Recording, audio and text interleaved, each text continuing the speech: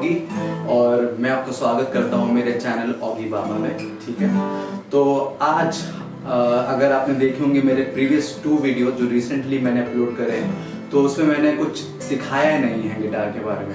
मैंने जनरली सिर्फ आपसे बात करी है कि क्या अप्रोच होनी चाहिए, क्या तरीका होना चाहिए गिटार बजाने का, और क्या माइंड सेटअप होना चाहिए, क्या क्या चीज़ें इन्वॉल्व होती है, किस तरह का गिटार आपको लेने की ज़रूरत है। और आज हम थोड़ी सी स्टार्टिंग करते हैं, और मैं बिलीव करता हूँ, मान लीजिए काफ़ी लोगों के पास गिटार्स होंगे और जिनके पास नहीं भी है, तो जो आप प्लान कर रहे हैं तो आप ये वीडियो देख सकते हैं। ये आपके लिए काफ़ी हेल्पफुल होगा। ठीक है, तो हम जल्दी से एक रन थ्रू कर लेते हैं फटाफट, और इस गिटार के पार्ट्स के बारे में देख लेते हैं। अगर आपको ये याद नहीं भी होते हैं तो कोई प्रॉब्लम नहीं है। ठीक है, मैं जो थियरी क्लास है वो सेपरेटली बताऊंगा और आपको मैं लिखवा भी दूंगा कि आपको क्या क्या ज़रूरत है। ठीक है, तो सबसे पहले ये जो पार्ट है गिटार का सामने वाला पार्ट, इसको बोलते हैं फ्रेट बोर्ड, और ये जो पार्ट है इसको बोलते हैं नेक। ठीक है, ये होता है हेड स्टॉक, ये होती है tuning keys, these are tuning keys, और ये जो होता है इसको बोलते हैं साउंड हॉल, सम पीपल से साउंड बॉक्स। ये होता है ब्रिज, ये जो पार्ट है ये इसको बोलते हैं ब्रिज। ठीक है, और इसमें 6 स्ट्रिंग्स होती हैं गिटार के अंदर जो नॉर्मल गिटार में जाते हैं। There are something called bass guitar, और उसके बाद होता है आपका अलग गिटार्स भी होते हैं, इलेक्ट्रिक गिटार होता है। ठीक है, अब इलेक्ट्रिक गिटार में 6 स्ट्रिंग्स होती हैं, फिर then there are 7 string 8 string, पर हम उस डिटेल्स में नहीं जाएंगे। जो हमारा स्टैंडर्ड गिटार होता है उसमें 6 स्ट्रिंग्स होती हैं। सबसे जो नीचे वाली होती है सब पतली होती है और सबसे हाई साउंड होता है इसका। ठीक है, और जैसे ऊपर जाएंगे थिकनेस जो होती है गिटार की, जो स्ट्रिंग होती है उनकी बढ़ती जाती है, और जो साउंड है वो मोटी होती जाती है। जैसे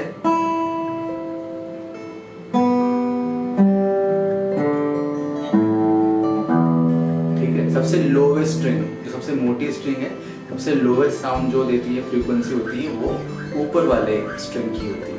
ठीक है, सो अब होता क्या है, जब हम स्ट्रम करते हैं तो ये साउंड इसके अंदर जाता है और इसकी वुड से वाइब्रेट होता है, रेजोनेंट होता है, और जितना अच्छा क्वालिटी होगा वुड का उतनी अच्छी आवाज़ आती है। ठीक है, तो अब सबसे पहली बात हमारे हाथ में ये होना चाहिए, इसको बोलते हैं प्लैक्ट्रम पिक। ठीक है, ये आपको अमेज़ॉन से भी ऑर्डर कर सकते हैं। ठीक है, और ऐसे भी बाहर से भी खरीद सकते हैं, और ट्राई करिएगा कि ये हार्ड हो, मतलब ये बेंड ना होता। मेरा तो काफ़ी थिक है, it's 2 mm, I am sorry 3 mm है ये। ठीक है, बट आप 2 mm या फिर 1 mm से कुछ भी ऊपर यूज़ कर सकते हैं। ठीक है, अवॉइड करिएगा कि 1 mm से नीचे हो, क्योंकि वो फिर बहुत ईजिली ऐसे बेंड होगा और वो आपको अच्छा कंट्रोल नहीं देगा। ठीक है, और अभी स्टार्टिंग में हम अपना लेफ्ट हैंड, अगर आप राइट हैंडेड है तो आप ऐसे गिटार बजाएंगे। ठीक है, आई बिलीव करता हूँ ऐसे ही है, और अगर आप लेफ्ट हैंडेड है तो ऑब्वियसली आपको सारा जो ये स्ट्रिंग है सब कुछ चेंज करनी पड़ेंगी। ठीक है, तो एनीवेज, तो अभी आप अपना लेफ्ट हैंड है इसको बिल्कुल भूल जाइए। ठीक है, इसको हम कुछ नहीं करेंगे, इसको हम ऐसे ही पकड़े रहेंगे ताकि हमारी स्ट्रिंग में आवाज़ ना आए, और हम ये पिक लेंगे और इससे हम इसके अंदर इसको we will play like this.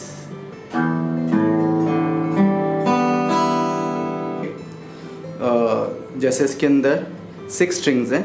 ठीक है, सबसे लोएस्ट, फिर उससे ऊपर हाई और सबसे पतली, सबसे हाई नोट। ठीक है, तो ये मेरा पिक है। ठीक है, जैसा आप देख सकते हैं।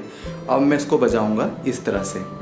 ठीक है, गिटार के अंदर मुझे इसको ऐसे, और ये जो लेफ्ट हैंड है, मेरा लेफ्ट हैंड खाली है। ठीक है, और मैं इसको ऐसे बजाऊंगा।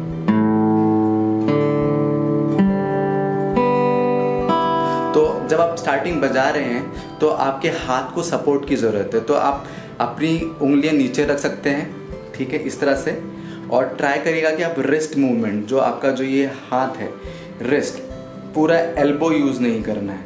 ठीक है, आपको यूज़ करना है रिस्ट। ठीक है, रिस्ट यूज़ करना है। ठीक है, और ट्राई करना है कि काफ़ी लोग क्या करते हैं, ये ऐसे यहाँ रखते हैं और ऐसे कर देते हैं, ये गलत है। ठीक है, आपको ऐसे नहीं करना है, आपको क्या करना है, सेपरेटली एक स्ट्रिंग को बजाना है, जैसे सेपरेटली, और ट्राई करिए कितना पास रह सकते हैं, जैसे कि मतलब दूर नहीं जाना है, ठीक है, कंट्रोल चाहिए। तो मैंने यहाँ हाथ रखा, ठीक है, मैं यहाँ पर भी रख सकता हूँ अपना पाम जो है, ये जो पाम है इसको मैं यहाँ रख सकता हूँ और मैं इस तरह से बजा सकता हूँ। बट देन ये थोड़ा कॉम्प्लिकेटेड होगा क्योंकि म्यूट हो जाती हैं स्ट्रिंग्स, तो उसके अकॉर्डिंग मतलब कैसे रखना है। तो सबसे बेस्ट रहेगा आप नीचे हाथ रखिए ताकि आपके हाथ को सपोर्ट मिले, ठीक है। तो फिर बजाएंगे ऐसे,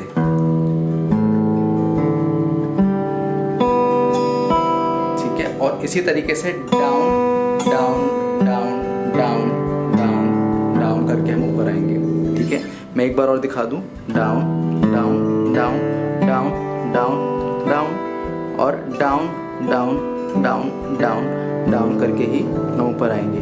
अब हम करेंगे अप मूवमेंट, तो हम करेंगे up up up up up up, फिर up up up up up up, ठीक है। तो ये आपको बार बार प्रैक्टिस करनी है। सबसे इम्पॉर्टेंट चीज़ है, याद रखिएगा, अगर आप फास्ट सीखना चाहते हैं, if you want to learn very fast, then make sure learn it very slow. मतलब जो भी छोटी छोटी जो मैं एक्सरसाइज बता रहा हूँ उसमें आपको टाइम स्पेंड करना है। जैसे मैंने अभी आपको डाउन डाउन और अप अप की जो प्रैक्टिस बताई, ठीक है, बहुत सिंपल है और काफ़ी आप लोगों में से होंगे जो बहुत जल्दी कर लेंगे।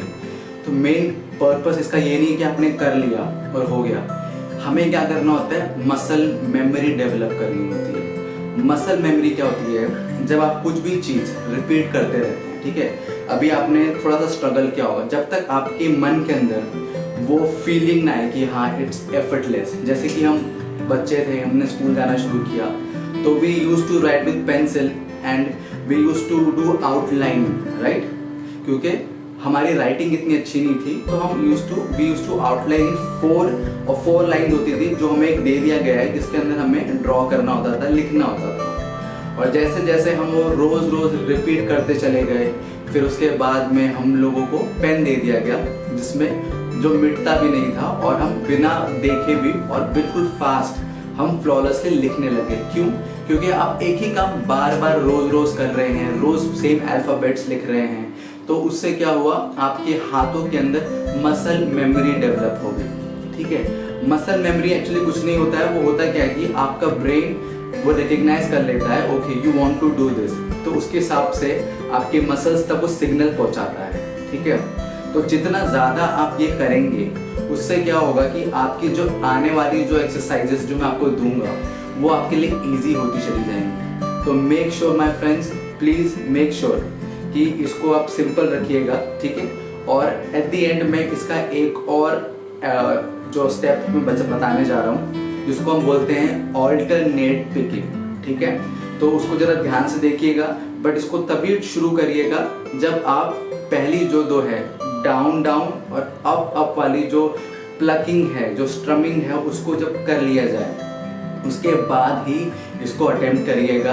और मेक श्योर कि डू इट सो मच कि ये आपके मसल मेमोरी में आ जाए, ठीक है। डोंट ओवर डू इट कि आपको मन ही ना करे बजाने का। और दूसरी चीज़, अभी स्टार्टिंग में सुनने में काफ़ी मेलोडिक नहीं है, मतलब इसमें कोई गाना नहीं है, इसमें कुछ वो नहीं है, बहुत नॉर्मल है, बट यही एक फाउंडेशन है। अभी मैं आपको दिखाता हूँ, जो अगर मैं यहाँ कॉर्ड बजाता और मैं ये चीज़ सेम चीज़ बजाता,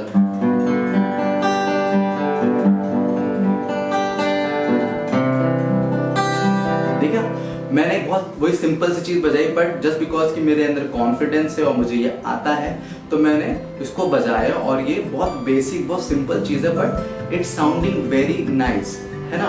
तो आपको क्या करना है, इसको डाउन डाउन डाउन और डाउन डाउन ऊपर आते हुए भी, फिर अप अप अप, फिर ऊपर आते हुए भी, फिर डाउन अप, ऐसे ही प्रैक्टिस करना है। और अगर आपको कोई भी डाउट या कोई भी समस्या आ रही है तो प्लीज़ आप कमेंट सेक्शन में लिख दीजिएगा, मैं आपका रिप्लाई कर दूंगा और आपको समझा दूंगा, या फिर उस पर हो सका तो एक नया वीडियो बना दूंगा, ठीक है। तो मैं अपना गिटार आपके पास लाता हूँ और मैं बताता हूँ जो थर्ड प्रैक्टिस जो आपको करनी होगी इन दोनों के बाद में।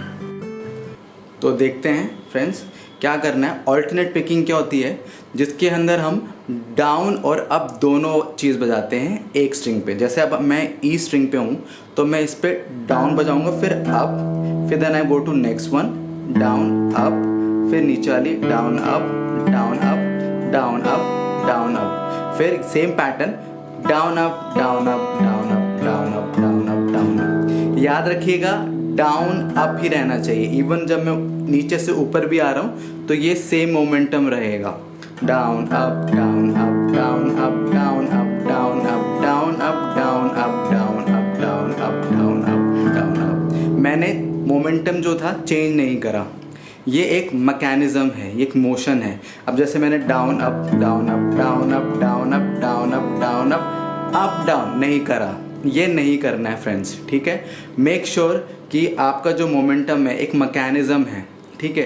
फैन जो है एक मोमेंटम में घूमता है, तो उसी मोमेंटम में घूम घूम के अगर आप इसकी स्पीड बढ़ाते जाएंगे तो उसकी स्पीड बढ़ती जाती है, उसको ईजी होता है, ठीक है। तो उसी तरीके से हम ये एक मोमेंटम रखा है हमने, इसको हम ब्रेक नहीं करेंगे और यही हमारे को बहुत जैसे स्पीड देगा, ठीक है। तो down up down up down up down up down up down up down up down up down up down up down up down up, ठीक है। इसको इतना फास्ट नहीं करना है, you have to do it very slow. Down up down up down up down up down up down up down up down up down up down up down up, ठीक है। I hope कि आपके लिए आपको clear होगा। तो friends, तो I hope कि आपको समझ में आ गया होगा एंड एंजॉय प्रैक्टिसिंग और रिपीट करिए जब भी आपको टाइम मिले, उसको प्ले करिए और अभी अपने लेफ्ट हैंड पे ध्यान मत दीजिए और ट्राई करिएगा कि यहाँ ऐसे ना पकड़े। अगर आप ऐसे पकड़ के जाएंगे तो आवाज़ नहीं आएगी, आपको पीछे की तरफ ऐसे पकड़ना है। ये देखिए ऐसे, मैंने कोई भी अपना हाथ जो किसी भी स्ट्रिंग्स पे आने नहीं दिया, मैंने ऐसे रखा हुआ है, ठीक है। और मैं इसको बजा रहा हूँ, ठीक है, लाइक दैट, ठीक है। तो ऐसे बजाइएगा। और मैं ये भी बता दूँ कि हम ऐसा क्यों करते हैं, क्योंकि जैसे कि अगर मैंने आपको बोला आपके दोनों हाथ में मैंने पेन दे दिया और बोला कि दोनों हाथों से दो डिफरेंट चीज़ें लिखो, तो क्या होगा? आप लिख पाओगे? नहीं।